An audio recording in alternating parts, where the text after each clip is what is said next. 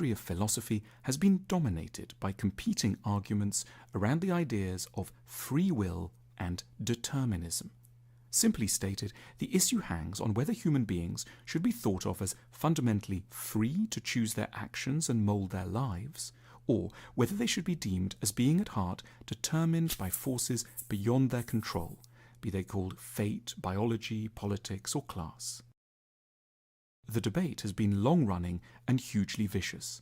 It began in ancient Greece, was picked up by the Romans, dominated Christian philosophy, and rumbles on to this day among philosophers, psychologists, and neuroscientists.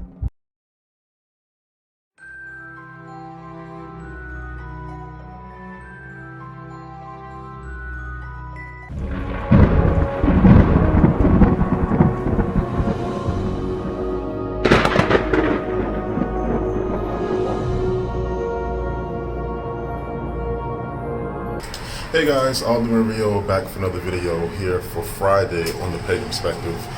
This week's topic talks about fate.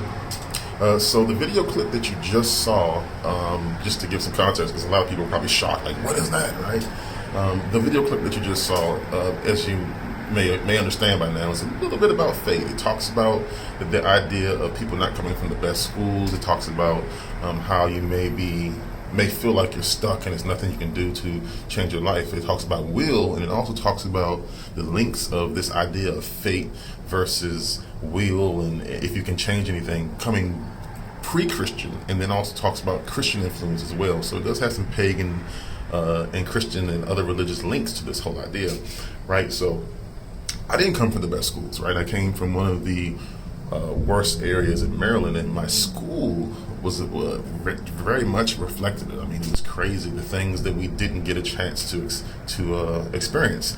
And the funny thing is, I wasn't even aware of this until I moved to one of the better areas in the entire country, which is still located in my same state.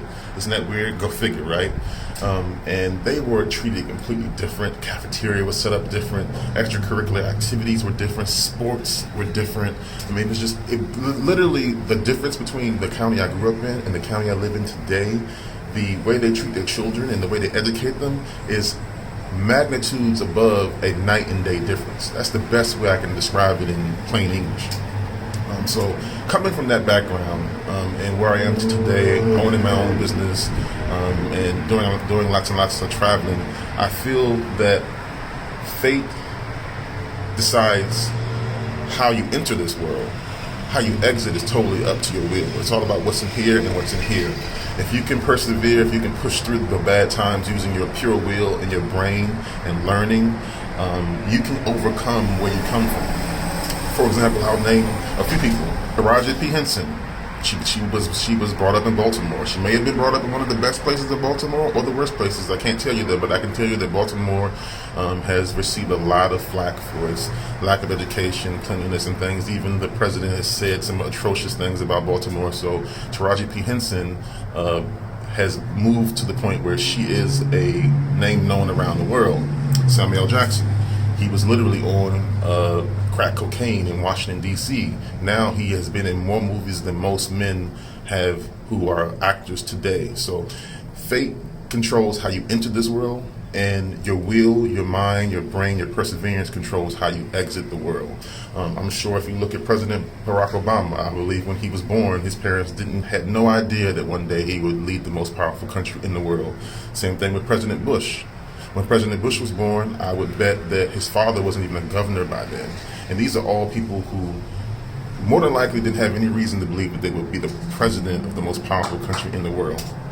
Say what you will about Trump. If you're a Trump thumper or if you're a Trump hater, the whole point is the man now runs the most powerful country in the world. So I say all this to say, again, to reinforce this very idea, you do have a certain amount of control over how you live your life, over how things work out for you. It's going to all come down to will.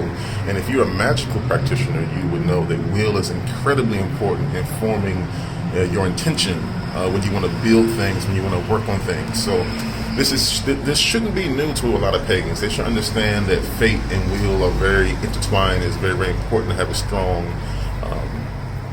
strong sense of will, a strong sense of self. I hope that answers the question for you guys. If you enjoyed that video clip, go ahead and look down below. There's a link so you can watch the whole video. It's one of those brainy channels. I love those channels. I was a big fan of like the Learning Channel, the Discovery Channel. I still am. I love things like the great courses and websites like that where they teach you things about science and history and things. So go ahead and watch that full video if you're so inclined. If you like this video, leave a thumbs up. My personal channel is down below. I do need to work on getting a lot more content for you guys there, but I intend on doing some very exciting things this year, so I would appreciate if you guys would join me there. If you have anything to say about it, go ahead and comment below. People might want to know what you have to say about this topic. If you disagree with me, if you agree, put it down there. If you've got a link to another video that talks about fate, pagan or not, put that down there too, because it could help someone who is struggling with this idea, feeling that they're locked in their life and there's nothing that they can do. Next week is Subs Week, so I will not be here.